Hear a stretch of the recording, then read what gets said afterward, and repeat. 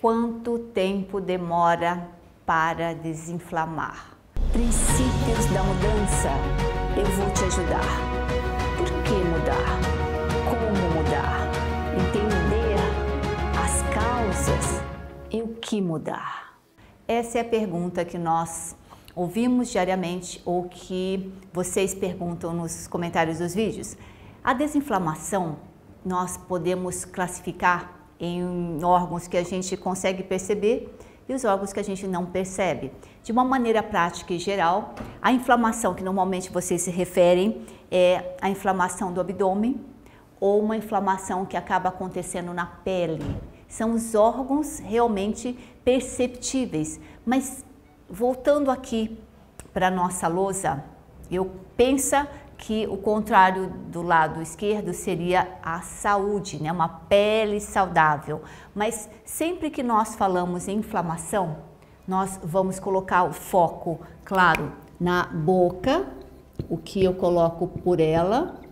Também tem os produtos da pele, os produtos que a gente inala, mas o que nós comemos é o mais importante, quer dizer, o mais em maior porcentagem de influência.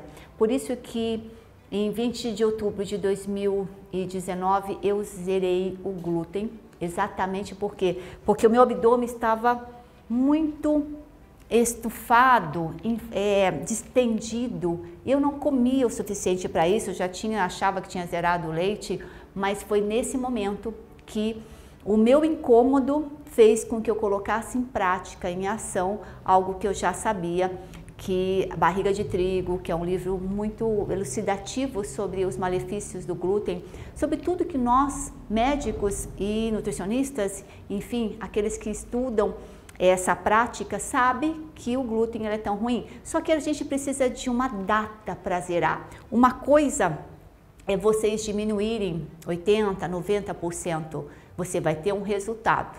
Mas quando você zera por pelo menos 100 dias, que comece por 15 dias, que já dá uma mudança, né? O intestino ele se refaz de 5 em 5 dias, então as primeiras camadas, então é perceptível em 15 dias, mas quando a gente quer uma mudança realmente significativa, nós precisamos parar 100 dias. Depois desses 100 dias, você vai ver que você perpetua isso ou não, mas pelo menos você experimenta.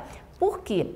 O que acontece quando eu tenho uma inflamação e quanto tempo isso vai durar? 100 dias seria a resposta. Se você quer observar o seu corpo de um ponto de vista desinflamação, 100 dias. Os 3 meses, 100 dias, 100%, zero leite, zero glúten, seria já um grande resultado. Na minha prática como pessoa, eu diria que 1 ano, 12 meses. Com 12 meses, o resultado ele vem muito melhor. E aí a gente vai, claro, diminuindo os resultados, porque você sai do ápice da inflamação e começa a declinar. Depois que você fica bem, é a hora de curtir o ficar bem e começar a pensar em eliminar outras substâncias. Eu ainda não parei com açúcar, mas vai ser o próximo item. O açúcar que eu digo para vocês sempre para zerar é o açúcar que vem no leite. Então, de uma forma básica, comer doces à base de açúcar é em menor número, porque a maior parte são doces à base de leite. Então, esse realmente eu parei. Mas olha, se o que incomoda em vocês é esse estufamento, essa distensão abdominal, ou diarreia, ou intestino presos, os dois estão alterados. Muita, diarreia, muito cocô mole é desnutrição, muito intestino preso é intoxicação, porque nós temos coprofagia, quer dizer, as substâncias nocivas daquele cocô parado no seu intestino vai fazer com que ele seja reabsorvido. E se você tomar um laxante, vai piorar a sua situação, porque já é o intestino, um cocô parado, inflamado, junto com uma substância extremamente tóxica. Essa substância tóxica, com o intestino já inflamado, vai permear, vai fazer com que essa substância, claro, o intestino dê um jeito de expulsar aquilo, a princípio, depois ele não dá mais, que a mucosa vai ficando careca, mas essa substância vai se penetrar pela sua corrente sanguínea e vai atingir um órgão que nós não queremos, que é o nosso cérebro. Então, laxante tem a ver com Alzheimer, transtornos de déficit de atenção, com autismo, com Parkinson, sim.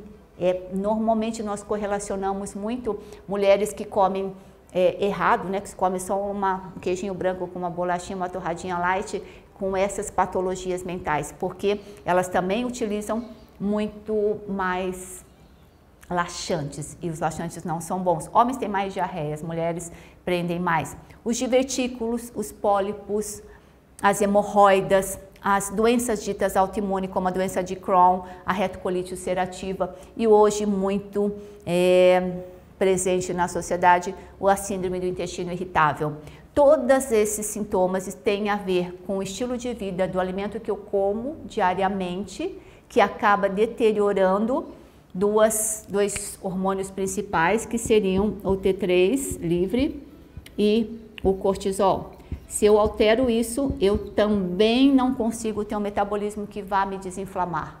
Mas então, quanto tempo demora para eu desinflamar? Ótimo, depende da sua atitude, mas depende também da suplementação, da regulação dos seus níveis hormonais. É por isso que nem tudo depende da nossa boa vontade. Começa pela nossa boa vontade. Aí depois você precisa encontrar um profissional que, sem dúvida nenhuma, e hoje, graças a Deus, está muito mais comum, né, esse presente, o estudo. Então as pessoas pararam de ter medo de estudar e começaram a liberar muito mais os ditos T3 livres e os hidrocortisonas bases que a gente possa estar manipulando.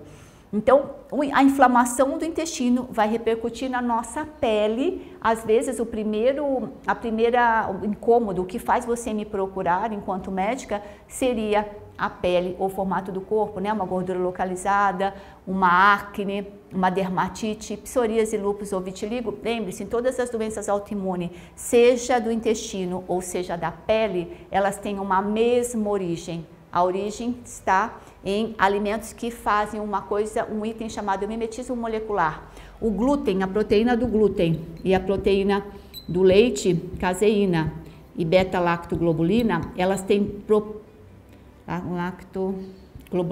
elas possuem uma similaridade, elas se parecem muito com a proteína da tireoide, da pele, das articulações. É por isso que esses alimentos estão relacionados com artrite reumatoide, com psoríase, lúpus, vitiligo, com as doenças ditas intestinais autoimunes. Tudo tem cura. Você precisa encontrar a causa.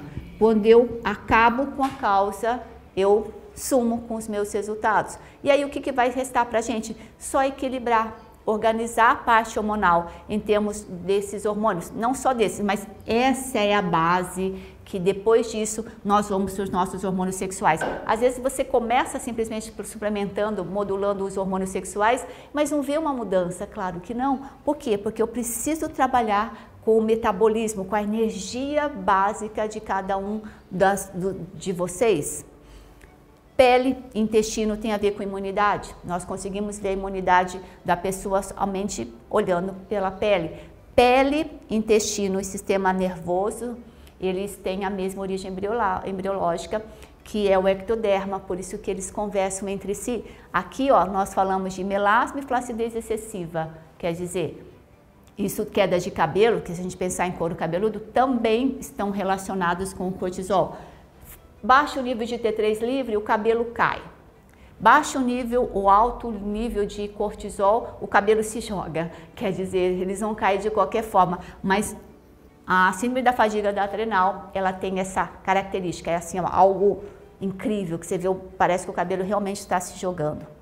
A imunidade tem a ver com a nossa vida, né, com o nosso dia a dia, por isso que suplementar a vitamina D3, suplementar a ômega, ter um ferro excelente, tudo isso é o básico de se manter com uma defesa perfeita, que nem gripe pega a gente.